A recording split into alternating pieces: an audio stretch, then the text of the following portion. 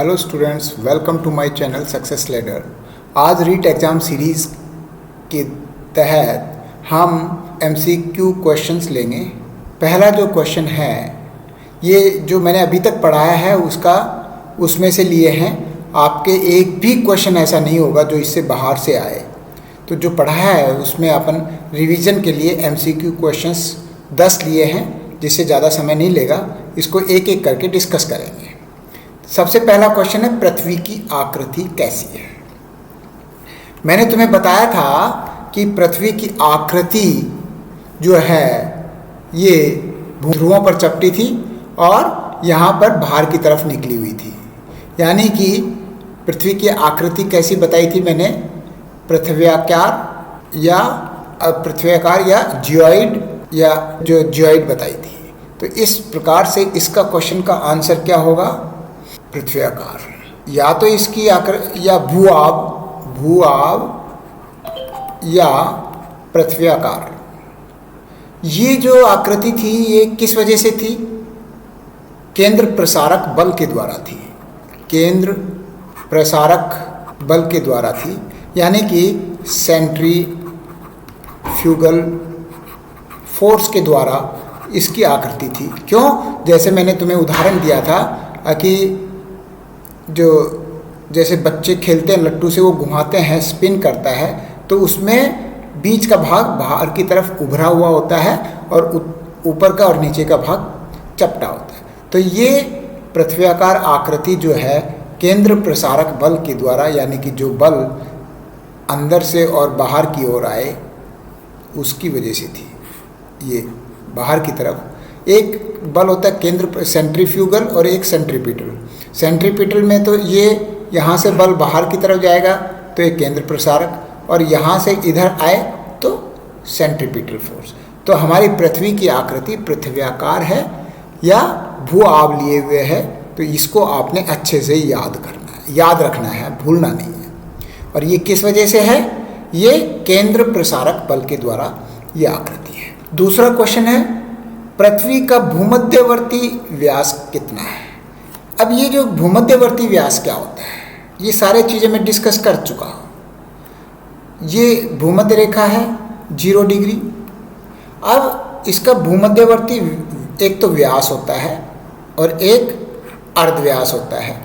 तो व्यास यानी कि इस कोने से लेके और ये यहाँ तक, ये तो व्यास हो गया, और इसका आधा भाग है वो अर्धव्यास हो गया। इसको रेडियस बोलते हैं और इसको डायमीटर पूरे को। तो भूमध्यवर्ती व्यास कितना है अपना पृथ्वी का, देखिए 12,714, 12,718, 12,752, 12,756.6 किलोमीटर। तो हमारा जो भूमध्यवर्ती व्यास जो है वो 12,756.6 किलोमीटर। तो अब इसका अर्धव्यास कितना होगा, रेडियस, वो होगा 6,378.3 किलोमीटर। इसका आधा हो गया, ठीक है। और ध्रुवीय व्यास कितना है, ध्रुवीय अर्धव्यास कितना है, ये ध्रुव है यहाँ पर, मान लें नॉर्थ पोल, और ये नीचे साउथ पोल। तो ध्रुवीय व्यास जो है, व्यास की बात करें, ध्रुवीय जो व्यास है वो है 12,714 किलोमीटर, ठीक है। तो यहाँ पर ध्रुवीय व्यास तो है 12,714 किलोमीटर और भूमध्य रेखीय व्यास है 12,756 किलोमीटर। तो ये अंतर कितना हो गया, लगभग 42.6 किलोमीटर भूमध्य रेखा ज़्यादा लंबी है। इसके बाद में अगर देखिए, इसमें आपको कन्फ्यूज़न की स्थिति पैदा कर देंगे। भूमध्य व्यास, अर्धव्यास और परिधि की बात करें तो परिधि का मतलब ये होता है पूरा सरकमफेरेंस, पूरा यहाँ से पूरे पृथ्वी के चारों ओर चक्कर लगा के भूमध्य रेखा के, और ये अगर घूमे तो वो हो गया परिधि। तो भूमध्य रेखा की परिधि कितनी है, 40,000। भूमध्य रेखा की परिधि है 40,075 किलोमीटर, और ध्रुवों की परिधि कितनी है, 40,008 किलोमीटर। ये आपको मालूम होना चाहिए। तो ये व्यास, अर्धव्यास और परिधि, ये इस प्रकार से। अब तीसरा जो क्वेश्चन है, पृथ्वी की किस विशेषता के कारण दिन व रात होते हैं, या दिन व रात किस वजह से होते हैं। ये मैंने आपको अच्छे से बता दिया कि पृथ्वी की घूर्णन गति है, उसकी वजह से दिन और रात बनते हैं। पृथ्वी की परिक्रमण गति, इससे मौसम में परिवर्तन, ऋतुएं बनती हैं। पृथ्वी का गोलाकार आकृति से नहीं, पृथ्वी की द्रव्यमान कोर से भी नहीं। तो इसका उत्तर होगा पृथ्वी की घूर्णन गति। ये इसका सही जवाब है। पृथ्वी अपने अक्ष पर, देखिए, पृथ्वी अपने अक्ष पर कितने डिग्री की झुकी हुई है? 23.5 डिग्री। ये जो है यूँ था, तो ये 23.5 डिग्री झुकी हुई है, और इस झुकी हुई कंडीशन में ही ये पृथ्वी अपने अक्ष पर पश्चिम से और पूर्व की ओर चक्कर लगा रही है। ये यानी कि इस प्रकार से ये चक्कर लगाती है पश्चिम से पूर्व की ओर। इसकी वजह से ही दिन और रात का बनना होता है। क्यों? क्योंकि सूर्य का प्रकाश पृथ्वी के आधे भाग पर ही एक समय पर पड़ता है। जिस साइड में सूर्य का प्रकाश पड़ता है वहाँ पर दिन होता है, और उसके विपरीत दिशा में जहाँ पर अंधकार होता है वहाँ रात होती है। तो ये आपको पृथ्वी की घूर्णन गति। चौथा क्वेश्चन है, किस प्रकार पृथ्वी मध्य भाग में उभार लिए हुए है तथा ध्रुवों पर चपटी है। ये अभी पहले क्वेश्चन में मैंने तुम्हें बताया था, किस प्रकार ये ध्रुवों पर तो चपटी है यहाँ पे, और यहाँ पर ये उभार लिए हुए आकृति, नेचुरल आकृति तो ये होगी। अगर पूरी गोलाकार हो तो ऐसे होगा। तो यहाँ पर देखिए, यहाँ तो ये चपटी है, ये चपटी है, और यहाँ पर उभार लिए हुए बाहर की तरफ बल्जिंग आउट है। तो ये आकृति क्यों है पृथ्वी की? पृथ्वी की ये जो आकृति है गुरुत्वाकर्षण बल के कारण है, या केंद्र प्रसारक बल के कारण है, या केंद्राभूमिक बल के कारण है, या अक्षीय झुकाव के कारण है। तो इसका उत्तर आप बताइए क्या होगा? इसका उत्तर होगा केंद्र प्रसारक बल, जो कि सेंट्रीफ्यूगल फोर्स है, जो कि बाहर से जब घूमती है अपने अक्ष पर तो पश्चिम से पूर्व की ओर, तो क्या होता है, इसके अंदर भी पृथ्वी के आंतरिक भाग में कुछ पदार्थ तरल अवस्था में या दलदलीय अवस्था में है, जिसकी वजह से ये ध्रुवों पर चपटापन हो जाता है, और भूमध्य रेखा के पास में इसका बाहर की तरफ भाग निकल जाता है। तो ये केंद्र प्रसारक बल इसका उत्तर होगा। देखिए, गुरुत्वाकर्षण बल की वजह से नहीं होगा, उसकी वजह से तो मैग्नेटिक नॉर्थ और उसके बारे में कह सकते हैं। पृथ्वी की सतह के ऊपर वजन का ग्रेविटेशनल फोर्स की वजह से कह सकते हैं। केंद्राभिमुख बल की वजह से नहीं होता, और अक्षीय झुकाव की वजह से नहीं होता। इसके बाद में पांचवा क्वेश्चन है, पृथ्वी का अक्षीय झुकाव कितने अंश पर है। ये सवाल बार बार इसका मैं बोल रहा हूँ, बार बार बता रहा हूँ। पृथ्वी का अक्षीय झुकाव जो है वो कितना है? 23.5 degree 15 minute, 23 degree 30 minute, 66 degree 15 minute, और 66 डिग्री 30 मिनट। तो ये मैंने बार बार बताया कि ये जो पृथ्वी है और इसका ये इस प्रकार से अपने अक्ष पर झुकी हुई है, तो ये कितना है? 23.5। ये जो अक्ष है इससे ये 23.5 डिग्री पर झुकी हुई है, तो इसका उत्तर होगा 23.5 डिग्री। अब ये जो पृथ्वी का अक्षीय झुकाव है वो प्लेन ऑफ ऑर्बिट पे कितने डिग्री का कोण बनाता है? 66.5 डिग्री का तो कोण बनाती है।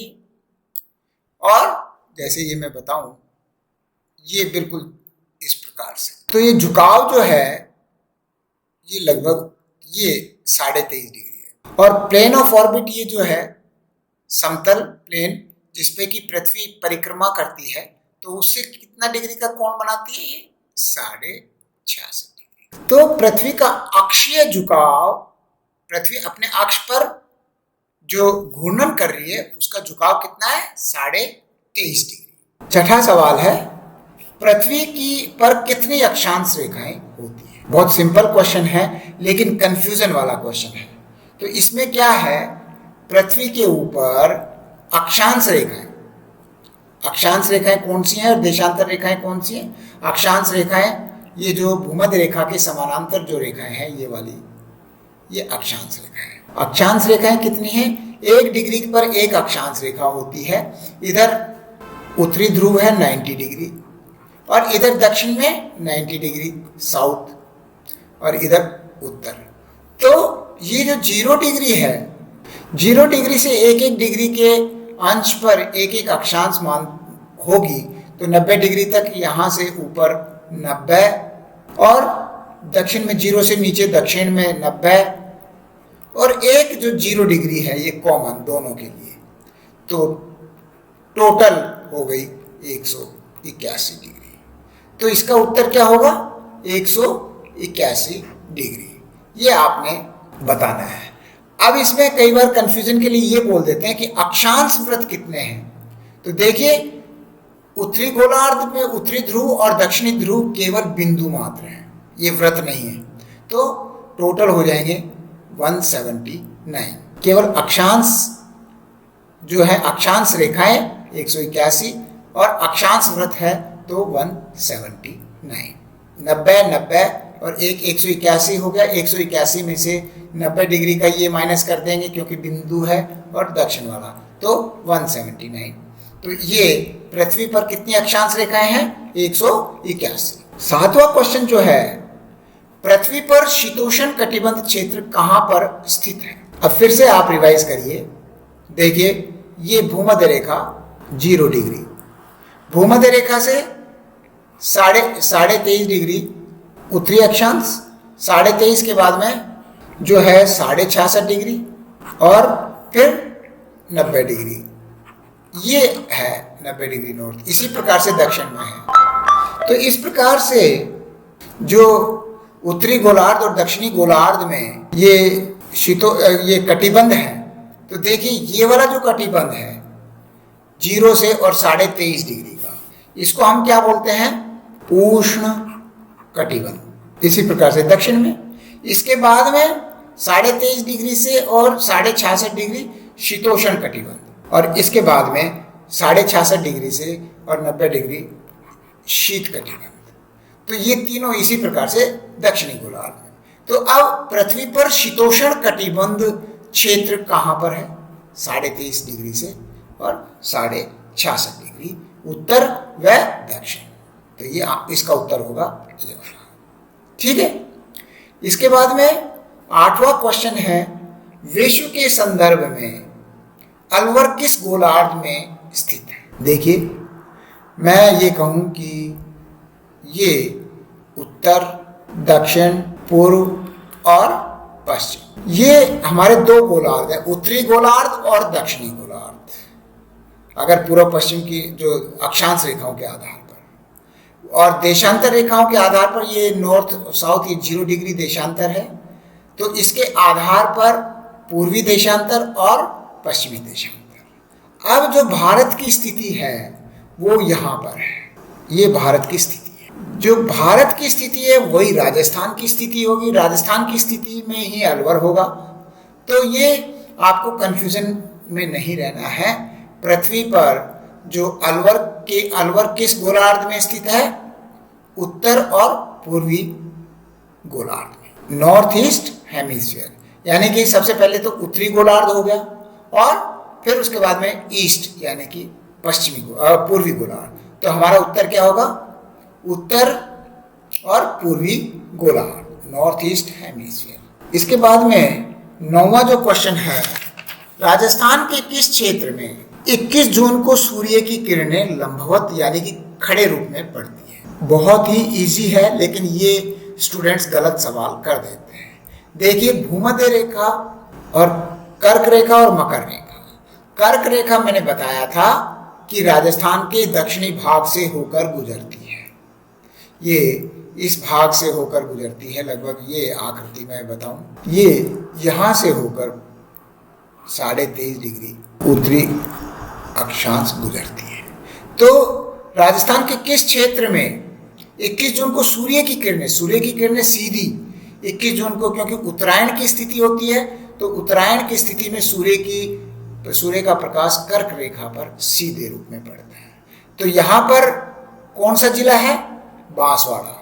बांसवाड़ा जिला जो है ये बिल्कुल कर्क रेखा के ऊपर है। और इसमें भी, बांसवाड़ा में भी जो कुशलगढ़ तहसील, वहां पर, क्योंकि वहां से होकर गुजरती है, तो इसका उत्तर होगा कुशलगढ़ बांसवाड़ा। इसमें देखिए कटरा, यहाँ पर जैसलमेर में ये वाला भाग जो है ये कटरा है, जो कि कटरा गांव जैसलमेर का जो है पश्चिमी गांव है, सबसे पश्चिम में वो कटरा है।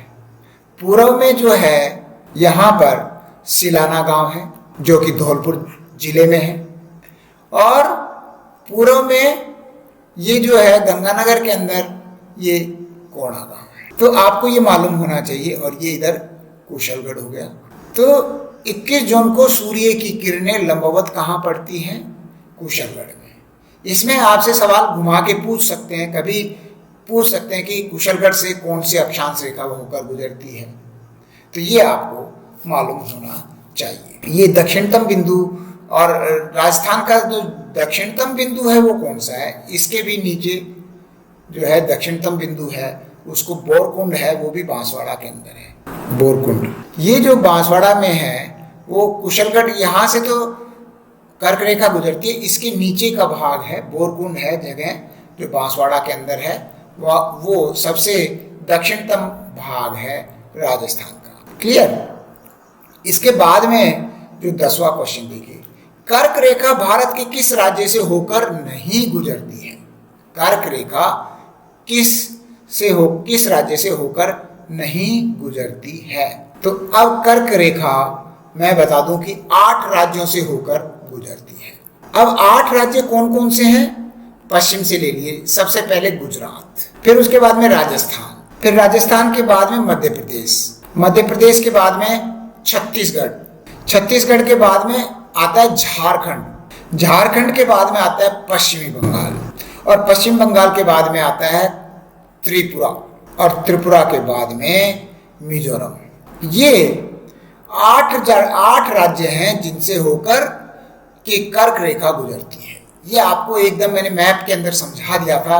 गुजरात, राजस्थान, मध्य प्रदेश, छत्तीसगढ़, झारखंड, पश्चिम बंगाल, त्रिपुरा और मिजोरम, ये आपको 8 के 8 राज्य याद करने हैं क्रम से। तो यहाँ से कर्क रेखा होकर गुजरती है। तो राजस्थान से होकर गुजर रही है, मध्य प्रदेश से होकर गुजर रही है, त्रिपुरा से होकर गुजर रही है, लेकिन आंध्र प्रदेश से होकर नहीं गुजरती है। तो इसका उत्तर होगा आंध्र प्रदेश। इसी में आगे इसके बाद में अगले क्वेश्चंस 10 MCQ क्वेश्चंस इसी चैप्टर के और लूंगा।